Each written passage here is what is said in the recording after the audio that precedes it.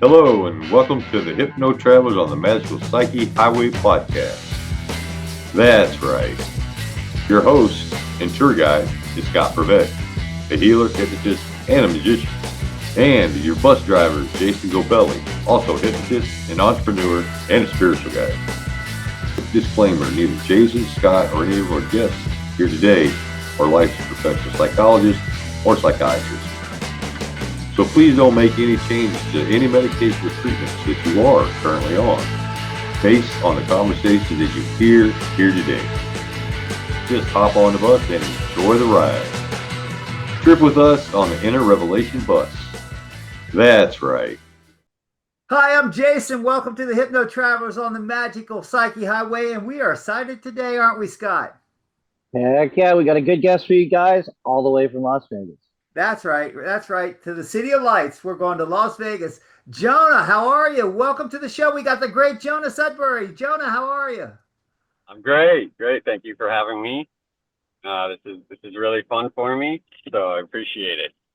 Nice. So, shall we get started? Sure. So, Jonah, who are you and what do you do? Well, I am kind of a Renaissance person. I have my fingers in a lot of different pots right now. I am actually in the process of, creating a hypnotherapist business for myself. Right now, I teach NLP, DTI at the Salt Room in Las Vegas. What that is they built this cave out of pink Himalayan salt. So it's all lit up. It's a really cool setup, and you can get halo therapy. So I go in there and I just have people come in. We do a guided meditation together, and we just do some collective work and dig up some limiting decisions and clear it together as a group. And I tend to gravitate towards group efforts because I think that when you have a lot of people like in the collective bargaining, it makes more of an impact than just say one person doing a one-on-one. So I definitely am drawn more towards the larger groups, 4 or more, or however many you can cram into a yoga studio and get them on a mat and relax and breathe and do some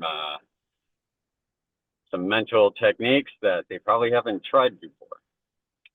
So right now, I've been in Vegas. It's like I did the typical Vegas thing, and I worked on the Strip, and I got out of that because it just wasn't it wasn't ideal for me. Not that it's a terrible thing, but I just wasn't a good fit. So I had to go out and kind of forge my own way, and I kind of got into hypnosis and NLP. I got certified in cognitive behavioral therapy and dialectical behavioral therapy because I kind of step into the metaphysic realm, but I still like to be grounded in science and psychology and be able to put it all hand in hand. So I guess I would say right now I'm kind of creating my own modality where, it's like if I'm working with an individual or if I'm working with a group, we can do a deep dive and see, what do we all have in common and how can we clear that energy together. I guess I would say with my experience and my training, one of the things that I got really good at is like digging it up, finding codes and translating them so I can communicate them to other people.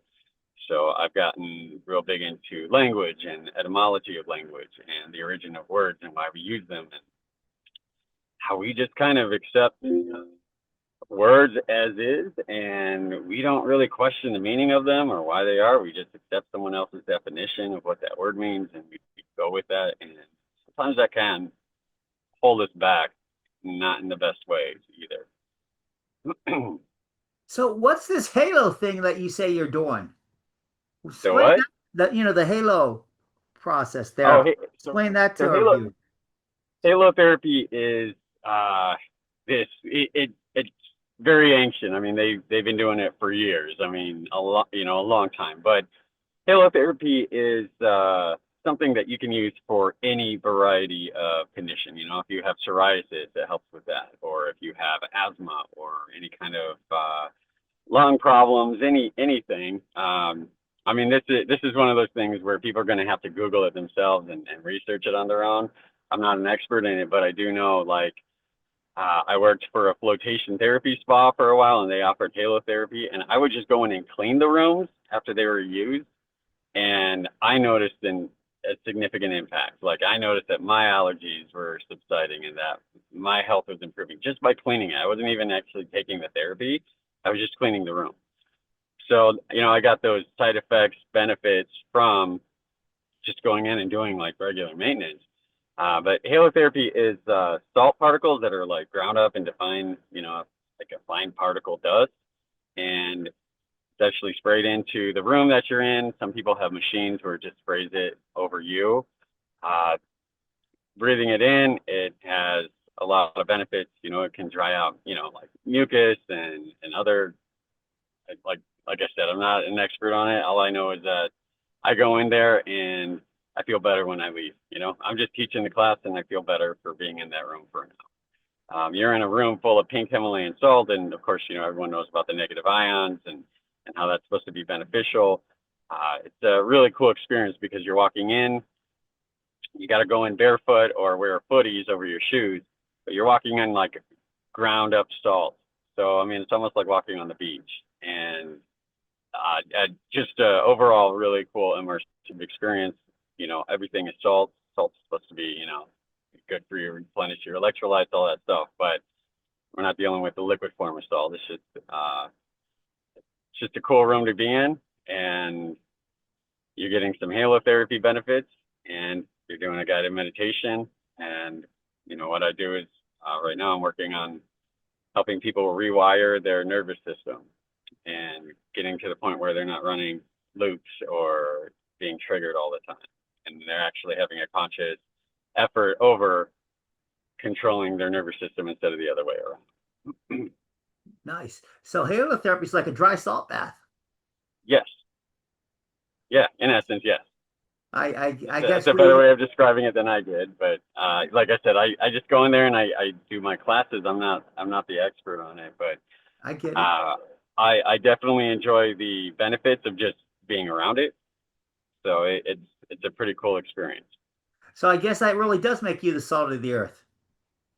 Yeah, you could say that. So Jonah, what's this modality that you're creating? What is that all about? Well, I've summarized it by calling it unconscious goal alignment. It's just learning what you are doing to yourself at an unconscious level. A lot of people look at, you know, external factors and they just assume that, you know, they can't do something because of all these other things that are out there. You know, it's just kind of going inward and looking at what you have, finding a way to, you know, maybe neutralize it, for lack of a better word, and not letting it control how you think and how you operate, and not letting it take your nervous system onto red alert. You know, like with everything that's going on, I mean, we are being bombarded with so much information. So it's hard to tell, like, you know, are we filtering the right information or not? So what I do is I just kind of get someone into a space using hypnosis and NLP so that they can access what's limiting them, and in so many words, creating a space so that they can put a voice to it, say what they have to say about it. Most of the time when we're experiencing an extreme state of overwhelm and we are forming limiting decisions and unconscious beliefs, we don't really have that voice. We don't really have a chance to say what we need to say. We don't have that like healthy expression. Most of the time we're just like, you know, triggered beyond belief. We don't even know what we're doing. We're just angry, and we're figuring out a way to dissociate so we don't feel those painful feelings. So what this is not re-traumatizing yourself. You're just looking at what it is and saying what you need to say.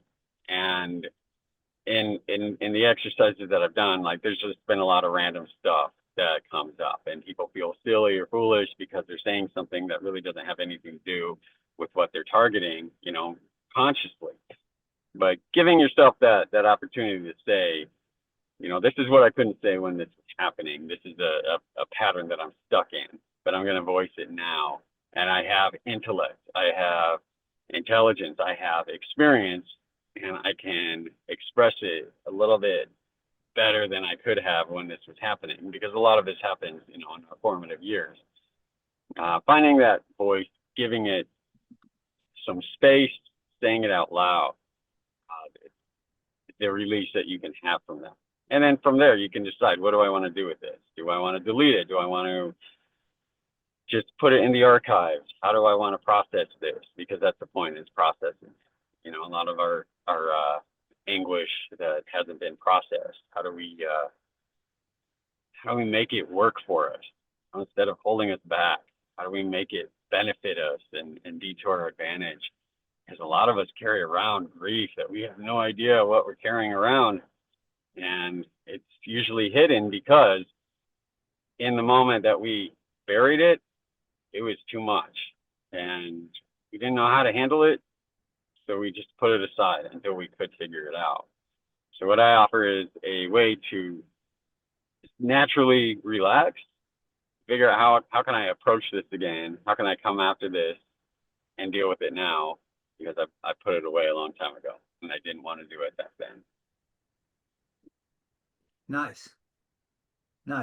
So yeah, it sounds to me like you have a lot of different things going on. So are you going to write a book about this modality or anything? Or are you going to do classes? What's your plan?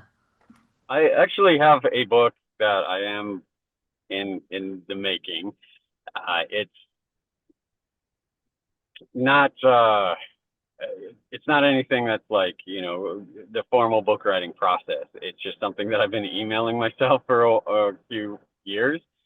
So it's like as I get more and more information put down, what I am going to do is just kind of make a book about, people who already know how to handle their own issues, people who, are hypnotherapists or life coaches or, they're healers, whatever it is that they can do. But if they already know how to represent that kind of modality for themselves, if they already have a system, if they already have a method that heals and works for them, this is what I'm going to offer as a provision to, and I guess I'm going to call the book, things I found in the collective, things that I translated into words so that when someone can hear them or that it can be communicated to them, they're able to wrap their head around it rather than just knowing that there's this feeling. I don't have the resource right here with me, but I saw online that there was this whole list of emotions that had these really odd names that we don't really use, and it just expressed a lot of information about how we feel things, but we don't even know what they are. And on some level, someone's already actually done the research and they put the words and they put the description out there. But for the most part, we don't know what's happening. We don't know how we're handling it. So the book is going to be about just translations, like the Graviaci code. I'm probably butchering his name, but the Graviaci guy, he just listed a bunch of numbers and like, okay, this is the number for abundance of wealth. This is the number for healing or curing illnesses. And, he uses numbers. I'm going to be using words. So not all of this is going to apply to everybody, but I do know that, when I go and I'm trying to deal with my stuff and I am in the collective and I am dealing with that, one of the things that instinctively comes is like, there's other people who can benefit from this, whether they know it or not, and it's there if they want it. So this is kind of how the book is going to, arrive. I'll have like the preface where I'm going to be talking about like, this is my story. This is how I came about it. These are what I found. If you identify with them, awesome. If you don't, just move on. So that is kind of like the book that is in the works. Like I said, I started that a couple years ago, and I don't know when I'm ever going to be done because there's no bottom, you know, it's just, there's always expansion. So, Jonah, when did you have that like aha moment? Like, wow, I'm going to be able to help people. You know, I guess there's probably a few times in my life that those moments arrived. I think I've actually been in the process of reframing how I tell my story. Like when I was younger, I got really sick, and I noticed that in a few other talks that I described that story, I was either re-traumatizing people or I was trauma bonding with them. So at this point, I'm just kind of trying to figure out like what do I do to use my story without turning it into any kind of association with other people. And I want to say that, you know, whether or not I went through horrible things or not, I believe that I probably would have come full circle and arrived at where I am now. But I would say that growing up with my family of origin and dealing with some of the things that I dealt with as I was developing, I was under the impression that, you know, you have to suffer and struggle to be able to achieve greatness. You have to perform. You have to, whatever it is that we are always searching for. I wouldn't have been able to have an extraordinary gift or ability or talent just on my own. I had to do horrible things, or I had to experience horrible things to get there. So I think that's kind of where I'm restructuring this. You know, how do I tell my story? Because yeah, there's some things that went down, but it's not all about who I am, and I think there's probably a number of things that, yeah, if I could go relive that, I probably wouldn't go deal with that again. You know, not that I'm living with regret, or not that I'm saying I would miss out on that opportunity. But when I was a kid, I got really sick for a long time, and I had surgeries and you know, NDE, RDE. When I was recovering, you know, they gave me some good drugs, and I was hallucinating a lot. And I think when, you know, I got pulled out of like the ICU and I got put in the pediatric wing, you know, I'm weaned off the good drugs and I'm still hallucinating. And, you know, years later, I found out, you know, it wasn't necessarily a hallucination. It was just like, you know, when you're sick and you go, you know, you go to the void and you come back, you just come back with a little bit of some information. And those hallucinations weren't really me just, you know, seeing things. It was me being able to identify energy, whether or not, you know, I was going to be trained or nurtured in that area. I was seeing it. And some of the times that I would mention that to people, it wasn't well received. You know, it was pretty much dismissed or blown off, or even discouraged to the point where, you know, they're telling me that this is evil or something's wrong with me, or if I don't stop, I'm going to, you know, suffer consequences. You know, like I could get locked up or whatever it is that, you know, they were telling me at the time, just because they didn't understand and they didn't know how to share that with me. So that was like the first time where I'm like, okay, something's going on. But I also lived life and I had to get through and deal with everyday occurrences. And then as a result of that, lots of PTSD. And I'd say about, I don't know, 12 years ago, I had a brainwave optimization therapy procedure. And that's like brain training. So, you know, a lot of people do it for, you know, ADHD, or they want to quit smoking. I did it because the woman that I met, you know, I don't think she ever had a client that had like invasive brain surgery before. So I think she just was really curious about like what my situation was and you know, how that would unfold. So I tried that procedure, and I would say that was pretty intense. By the time it all like kicked in, I just got to a point where I'm like, okay, something's unfolding here for me. I know I avoided it. I know I pretended it wasn't there. And that was that moment where I'm like, okay, there's something bigger going on than just me and my problems and what I can do to help the world. Not that I'm going to go out there and save the world. It's just, there's things that I can do that can influence, ripples in the water, small actions, big impact. So those were a few of the moments where I'm like, okay, yeah, there's something going on here. I could probably do more than what I'm actually doing. And I think in a lot of life, we all have something to contribute. We all have something to share with the world, but we're just so busy trying to survive and trying to get, this taken care of today and that taken care of tomorrow, that we don't always focus on it. And I think that's one of the things that I do with the modality I'm creating, Unconscious Goal Line, is just, find out what you can do to contribute. Doesn't have to be huge, doesn't have to be like big time successful or, like social media influencer, but, how can you start small and figure out a way to be okay with whatever you decide. Right. Nice. So, Scott, do you have any questions for Jonah? Sure. Jonah, let's switch gears here a little bit. And we're now 10 years into the future, and you're looking back on things that you've accomplished. What do you expect to see? I hope to finish this book eventually. And one of the things that I would like to do is create some kind of retreat or seminar,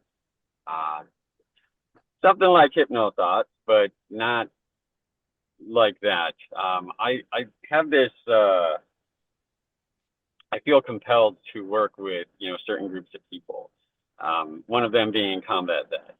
I had some experience with combat vets 8 years ago, and that was a pretty intense situation. And I don't mean that in a bad way at all, but I would like to work with combat vets. And one of the things that I've kind of focused in on, and I don't know why it came to me, but women going through menopause, because there's not a lot of research or studies done on that. There's a lot of women that are in my life right now, and I noticed that they have all of these symptoms and issues, and they're going through something, and there's really not a lot of information out there for them. So one of the things I'd like to do is have like some kind of ongoing seminar or retreat for these two particular groups of people, but all are welcome, and figure out a way. Like there's workshops, there's classes. They can do yoga, they can do flotation therapy, but it would be like this setup where they have access to multiple modalities and be able to thrive in a world where most of the time we're just surviving. And I guess I would like to take on my own business, get some more clients, see what I can do to help more people. So Jonah, so you got all this stuff that you're doing, different areas in different ways. My question is for you, even besides the hypnosis, everything, your whole life, what's the thing you're most proud of? There's a few things I am, and this is really like gonna be a left turn at Albuquerque, but a good friend of mine and I, we actually started a pop-up haunted house for Halloween. We started doing that about 5 years ago. He used to live here in Las Vegas, and he moved to the Midwest. And he ended up moving out to like the Chicago suburb area, and he found a cheaper location to do it. When he lived in Vegas, we scouted around. We couldn't find anything that was really affordable, but the Midwest is just not as expensive as it is out here. But that was something that I never really thought I would be doing. I enjoy Halloween. I'm not a fanatic about it or anything, but the fact that we started a pop-up haunted house and that we have people come and they enjoy it. And there's something about, with the nervous system, and people enjoy being scared, and they like to go and they watch the scary movies, or they go to this haunted house. I know that when people are coming to that, they're enjoying themselves. They're not overdoing it. And I like I said, it's a left turn at Albuquerque, but when I started doing this, I thought, this is something that I never thought I'd be doing. I'm really excited that I'm actually doing something that I feel passionate about, or that I'm having fun with. I wouldn't say it's going to, be profitable in the long run, but, that's why I work at another job, so I can be able to, fund this kind of dream. And I understand it's not, everyone's cup of tea. Some people would actually frown on that, but it's, that's not my responsibility to worry about that. I'm having fun. I'm doing it. And that's one of those risks that I took, not knowing the outcome. And I think, being proud of that is, I don't know, it's a good step in the right direction for me. Because that, if you'd known me 10, 15 years ago, I'm like, oh, I wouldn't do something like that. Too risky, too whatever. It's like all of the answers that could come up to tell me, no, don't do that. I overcame that. So I am pretty proud of that. I guess, I'm not trying to sound cheesy, but it's like there's a lot of things in my life that I can be proud of, big or small. I'm still here. Right. And I think that, every day I show up, I'm proud of that. Nice. Scott, you have anything you want to throw out here again? Any other questions? Hey, Jonah, thank you for stopping by today and being on our podcast. We really appreciate the time. Oh, thanks for having me. I appreciate it. I appreciate you taking the time. Jonah, so how do our viewers get a hold of you? Well, they can find me on Facebook. I'm on there. I'm in the process of setting up a website. This is one of those things where I'm not, like I said, I'm not the most savvy at all of the internet technological advances, but I am working on setting up a website. But for now, they can find me on Facebook. I'm on there, and they can reach out there if they want to do a deep dive or dig into their unconscious root cellar and see what's lurking there.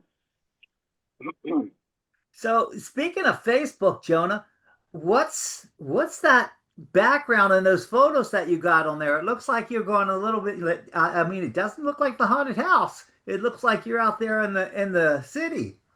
Yeah, that was actually an old a good friend of mine. He actually moved away, but he ran a business out here where you could experience, Las Vegas as a game, and that was one of the photo shoots for that. I didn't work for that particular business, but he was like, hey, we need some warm bodies. You want to be in the pictures? And honestly, when all of that was happening, that's when I started the Facebook account, and I just left that picture up. I've never changed it, and I'm actually happy with it. It's a fun picture, but yeah, there were a lot of characters. A lot of those people were like actors or performers, and they were part of the show. So he had this set up where you could come to Vegas and have a really good time, but I guess things happen, and he had to move on from that. But that's where the picture story background is about. I assumed you were doing stage work over there in Vegas. Well, yes, I was, because it wasn't. I guess they just needed people there, and I was happy to be a part of it because it was fun. In fact, the job that I was working at, my boss and my coworker got to be in it too, and I think they had a really good time. So what character were you? I want to say I was the banana. I think I was dressed up like a banana, and my coworkers were dressed up as Mickey and Minnie Mouse. And I mean, we worked in an insurance office, so I mean, it was pretty like, mundane. And then I'm like, Uh, a friend of my friend called and he's like, hey, we're doing this photo shoot. Do you want to come? And I said, yeah, I guess we're going to be on our lunch break soon. So that's what we did on our lunch break. It was pretty awesome. I guess they could use the banana costume as advertisement. If you slip and fall, call the agency. Right. Yeah, all in fun. So, Scott, any other words? Just again, thank you so much. Jonah, do you have anything you want to add?